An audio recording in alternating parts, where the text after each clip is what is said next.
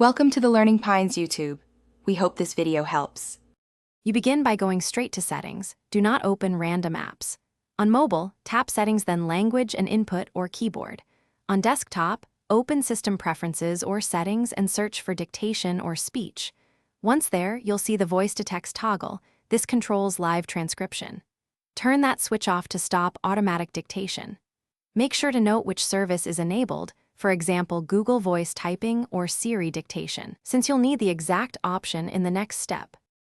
Next, focus on the specific service that was enabled. On Android, open Keyboard Settings and disable Google Voice Typing. On iPhone, switch off dictation under Keyboard. On Windows, disable speech recognition and online speech services. On Mac, turn off Siri and dictation. Then, go to App Permissions and revoke microphone access for any app that triggers voice-to-text.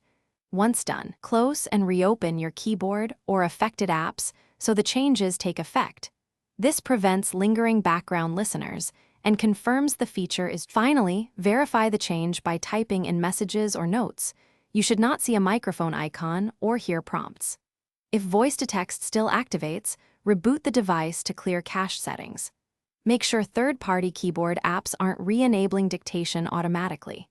If problems persist, check microphone permissions and disable any accessibility or automation apps that can trigger speech input. One key troubleshooting tip: temporarily uninstall or disable suspicious keyboard apps, then test again to isolate the source. Thanks for watching. Consider subscribing if we helped you.